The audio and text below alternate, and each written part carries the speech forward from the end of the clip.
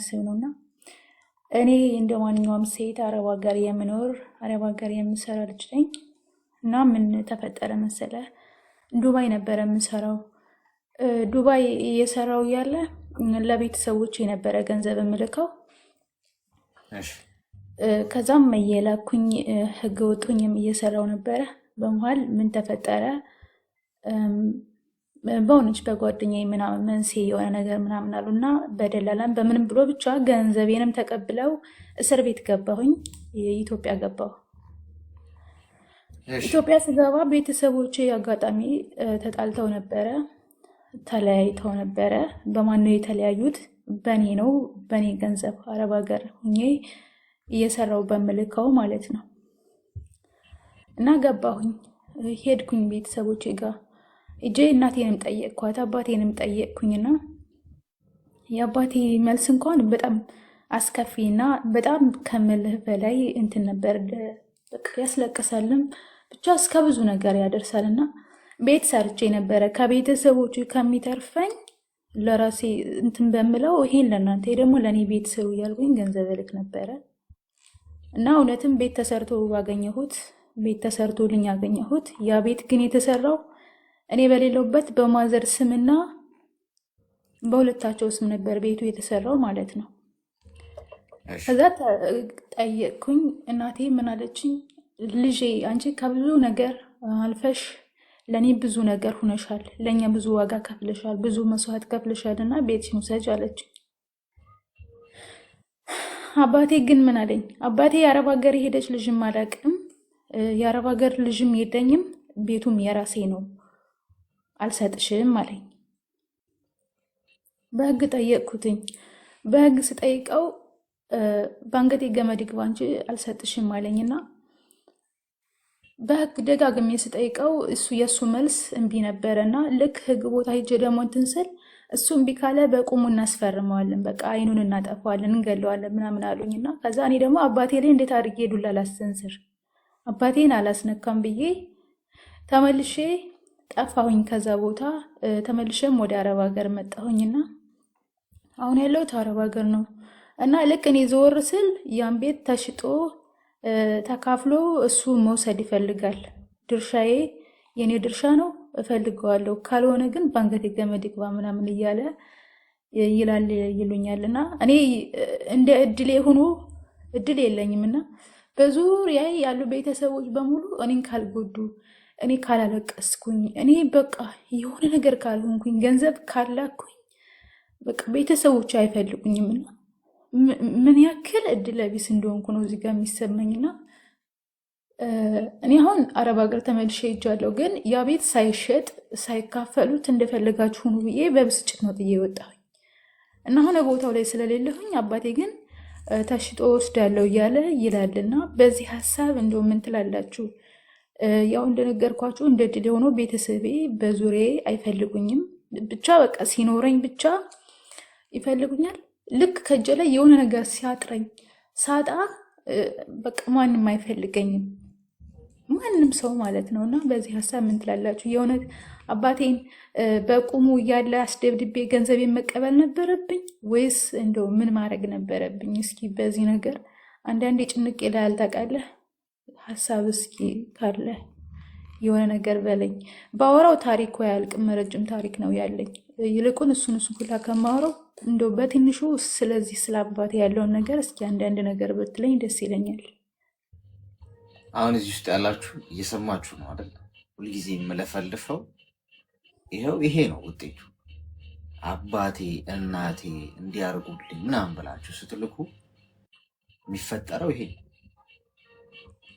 አሁን አባትሽን አትቆርጫቸው ቁጭ ብለህ ከማናገር ውጪ ምን ልታረጊ ትችያለሽ አሁን አባቴ ደግሞ ምን መሰለህ አሌክስ ሌላ አግብቶ አባቴ አሁን ከእናቴ ተለያይተው እናቴ እንዳለ ልጆቹን ይዛ ብቻዋን ነበር የምትኖረው ያው ለታናናሽ ወንድሞቼ እኔ ስለሆንኩኝ ታላቅ እደግፋለሁ ታናናሾቼን ማለት ነው እናም ለሷ እደግፋለሁ ምክንያቱም እኔ ካልደገፍኳት እነዛን ልጆች ይዛ እንዴት ትሆናለች ምኑን ከምኑ ታደርገዋለች ነው እኔ ነኝ ታናናሾችን ራሱ እየደገፍኩኝ ትምህርት እንዲማሩ ምንም እንዲሉም ማድርገው እኔ ነኝና አባቴ ሌላ አግብቶ ሌላ ወልዷል እና ኢቭን ኢቨን እሱ ብቻ አለበቀው ብሎ በቃ እናቴን በሄደችበት ማሳደድ፣ በቃ መሳሪያ ገዝቼ ገላታለሁ እገልሻለሁ እስከሚል ድረስ እናቴ ላይም ማስፈራሪያ እያደረገ ይገኛል። እና የእውነት ትክክለኛ አባት እንደዚህ ያደርጋል ወይስ ምንድን ነው?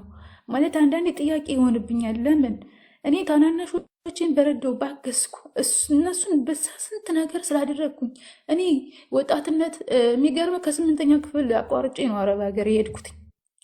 አሁን ቅድም ልጅቷ እንዳለችው 26 ምናምን ዓመት ደርሻለሁ። ወይም ትዳር አልሞከርኩም ወይም እንደ ማንኛውም ሰው ያሳለፍኩት ነገር የለም። በቃ እድሜ ልኬን አረብ ሀገር ለእነሱ ነው አሳልፌ የሰጠሁትኝና የእውነት አባቴ ለእኔ ይሄ ነው የሚገባኝ። ታናናሾቼን እኔ ዝቅ ብዬስ በማሳደጌ የእውነት ይሄ ዋጋ ለእኔ ይከፈለኛል ወይ? ይሄ ነው ለእኔ የሚገባኝ? በቃ ሁሌ እንትን ይለኛል፣ ጥያቄ ይሆንብኛልና መልስ ያላገኘሁለት ነገር ስለሆነ እስኪ ሁላችሁም የእውነት አባት እንደዚህ ያደርጋሉ ወይ? አባቴንስ ምን ማድረግ አለብኝ? የእውነት ዛሬ ላይ ቤቴን ሽጦ በልቶ ነገ ቢሞት የእውነት ጥቁር ልብስ ለብሼ ላዝን ነው ወይ? አዝናለሁ ወይስ እንዴት ነው መሆነው? እስኪ ሀሳብ እንድሰጡኝ ይፈልጋለሁ።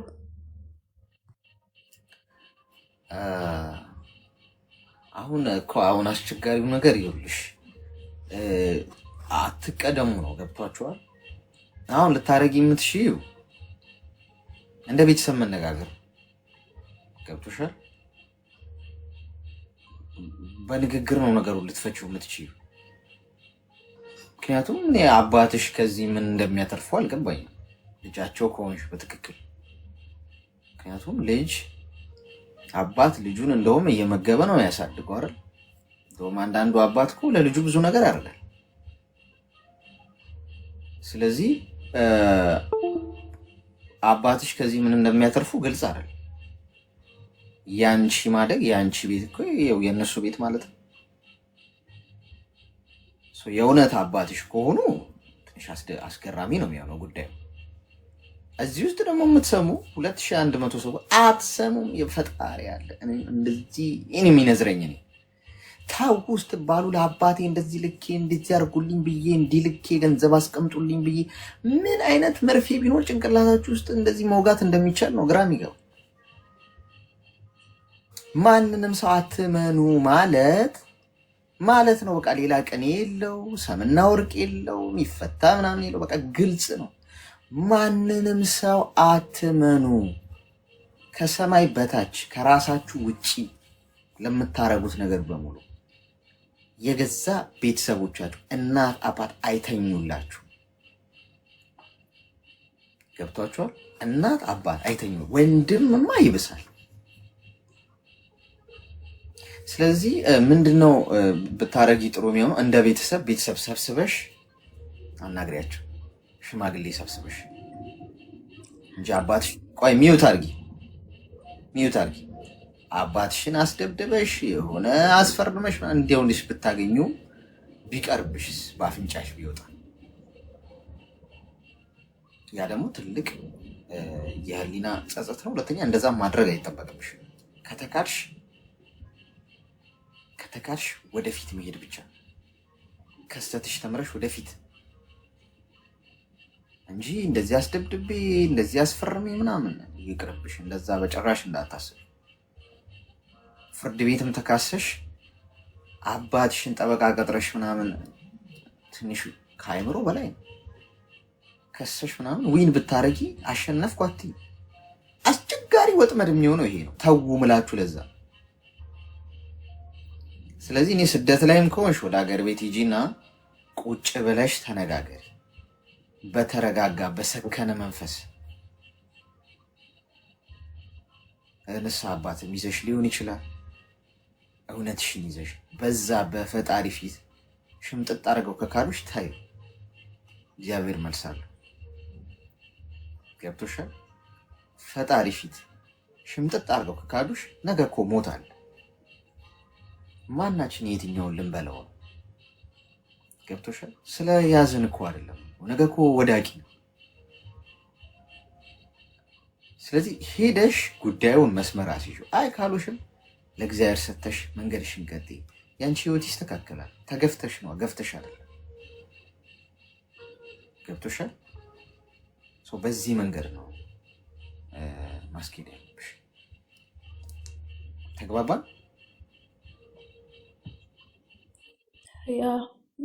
ለአሌክስ ግን እኔ አሁን ስደት ከመጣው ራሱ በጣም ስለተበሳጨው በጣም ከባድ ህመም ውስጥ ስለነበርኩኝ ወደ አረብ ሀገር ከተመለስኩ ገና 5 ወሬ ነው እና አትሊስት እኔ ከፊታቸው ዞር ስል ይሻለዋል፣ ዝም ይላል። በቃ ቤቱም በስሙ ቢሆንም በቃ መኖርም ከፈለገ ይኑርበት፣ የኖረበት ይኑር በቃ እኔ ብዬ ነበረ ያሰብኩትኝና ልክ እኔ አሁን ስደት ተመልሼ ስወጣ እኔ ብር አፍሽ የምዝቅ የምልክ በቃ ብዙ ነገር የማረግ መሰለው። የኔ እናት ጥፋቱ እኮ ያንቺ ነው። ጥፋቱን ታምኛለሽ አይደል? ያ ጥፋቱን አምኛለሁ። ኦፍኮርስ ኃላፊነቱ ስጂ። ገብቶሻል? ኃላፊነቱ ስጂ። ገንዘብ ኑሯችሁ ገንዘባችሁን ከጣላችሁት በእናንተ አለማስተዋል ኃላፊነቱ የእናንተ ነው። ላክሽላቸው በገዛ እጅሽ አይደል? የማንም ጥፋት አይደለም፣ ያንቺ ጥፋት። ላጠፋችሁት ነገር ኃላፊነት ካልወሰዳችሁ ስቃይ ነው የሚሆን። ታዲያ መፍትሄው ምንድን ነው? አባትሽን ታስደበድቢ? እንደዛ የሚያስብ ሰው እኮ አለ። አንዳንድ ሰዎች ውስጥ ደሙ ይፈላና ንብረቴን ልፋቴንማ ምናምን። ነገ ከህሊና ግፊያ አታመልጥ። ቤቱን እኮ ልትይዘው ትችላለህ፣ ግን እንቅልፍ አተኝበትም። እንቅልፍ ቤቱን ታስመልሺዋለሽ። ኦፍኮርስ ምን ዋጋ አለው ሰላም ያለው እንቅልፍ ካልተኛሽበት? አንዱን ዓለም አለው ብለሽ ሌላውን ካጠፋሽ ማለት ነው። ጥፋቱ ያንቺ ከሆነ ኃላፊነቱ ስጪ። ምትችዩ ልታረጊ የምትችዩን እኔ ነግሬሻለሁ። ቁጭ አድርገሽ ንስሐ አባት ይዘሽ በፈጣሪ ፊት ጠይቂያቸው። ምለው አረጋግጠው አልሰጥም የኔ ነው የራሴ ነው ካሉ ታዩ ያንቺ አይደለም። በቃ ኃላፊነት ወስደሽ ወደፊት ይሽ። እግዚአብሔር ደግሞ በህይወትሽ መንገድ ላይ ከፊት እየቀደመ መንገድሽን ያስተካክለዋል። ነገ አንቺም እኮ አባትሽም እኮ ማቾች ናችሁ። ሁላችንም ማቾች ነን። ነገ ለፍርድ እንቆማለን። ላደረግነው ነገር በሙሉ መልስ እንሰጥበታለን። አንዳንዴ ጠረጴዛሽ ላይ ጥሩ ምርጫ ካለ ጥሩ ትመርጫለሽ። ጥሩ ከሌለ የተሻለውን መጥፎ ነው የምትመርጨው። ፍርድ ቤት አትካሰሽም ከገዛ ወላጅ አባትሽ ጋር አስፈራርተሽ አሳግተሽ ፈርም አትፈርም እንደዚህ በጭራሽ እንዳታረጊ። ተግባባ? ጥፋቱ ያንቺ ስለሆነ ማለት ነው። ሌሎቻችሁ ደግሞ ከሷ የማትማሩ ከሆነ ይበላችሁ። ትምህርቱ ሰዱ አትመኑ ማንንም ሰው። ጉድ ፈላኩ ዘንድሮ ጎበዝ። እምቢ ማለት ጥሩ ነው። እንደዛ አድርጊ እሺ። አይዞሽ፣ በጣም ነው ማዝነው እሺ በሆነብሽ ነገር። እሺ ቴንኪዩ አሌክስ። የእውነት ብዙ ጊዜ መናገር እምፈራለሁ፣ ማውራት እምፈራለሁ። ገባ? የሆነች ልጅ እንደውም በባለፈው አባቴ እንደዚህ አድርጎኝ ምናምን ብላ ስታወራ እንደ አንቺ ስንት ሰው ቁስል አለበት ግን ሁሉም ሰው ይዞ ነው እና ታይ ምናምን እላለሁኝ። እና የእውነት እኔ እንደዚህም ወጥቼ ማወራለሁ እናገራለሁ ብዬም አላስብም አላቅምም። ግን አንዳንድ የአሌክስ ታውቃለህ ስሜቱ ከአእምሮህ በላይ ይሆንብሃል። የእውነት ወላጅ አባትህ በዚህ ልክ እንትን ሲልህ ታዲያ ማን ላይ ነው የምትጠጋው? ማንኛውም ሰው ሲከፋው እኮ ውይ አባቷ አለላት እሷማ አባቷ ትጠጋለች ምናምን ይባላል። ገባ? እኔ ግን አሁን ቢከፋኝ ባለቅስ ምን ብል እንኳን ታውቃለህ የዘመኑ ሰው እንኳን ምንም ባሌ ነው ብለህ እንኳን አምነው የማትጠጋው ዘመን ነው። አባትህን ካላመንክ እናት አባትህን አምነህ ወንድሞችህን አምነህ ካልተጠጋህ ወደ ማን ትጠጋለህ? ወደ ማንም አትጠጋም። እና የእውነት እሱ ነገር እንትን ስለሚለኝ ሁልጊዜ ብቻዬን ያለው እስኪመስለኝ ብቸኛ በቃ እኔ በምድር ላይ የማልፈልግ ሰው እስኪመስለኝ ድረስ ነው የሚከፋኝ አንዳንዴ። እና ያው በቤተሰቤ ይሄ ሁላ ግፍ ምናምን ሲደርስብኝ ከዛ አንጻር ነው እንደው ማውራት እራሱ ከባድ ነው። ለዛ ነው ለማንኛውም ዛሬ ወጥቼ ያወራሁት እና ሰዎችም እንዲማሩበት ነው ይሄን ያካፈልኩት። አይዞሽ፣ ነገ ሌላ ቀን ነው። እሺ፣ ነገ ምን እንደሚፈጠር አታውቂም። እሺ፣ ኦኬ፣ እሺ፣ ቴንኪዩ፣ አመሰግናለሁ። መልካም ቀን። እሺ፣ መልካም ቀን።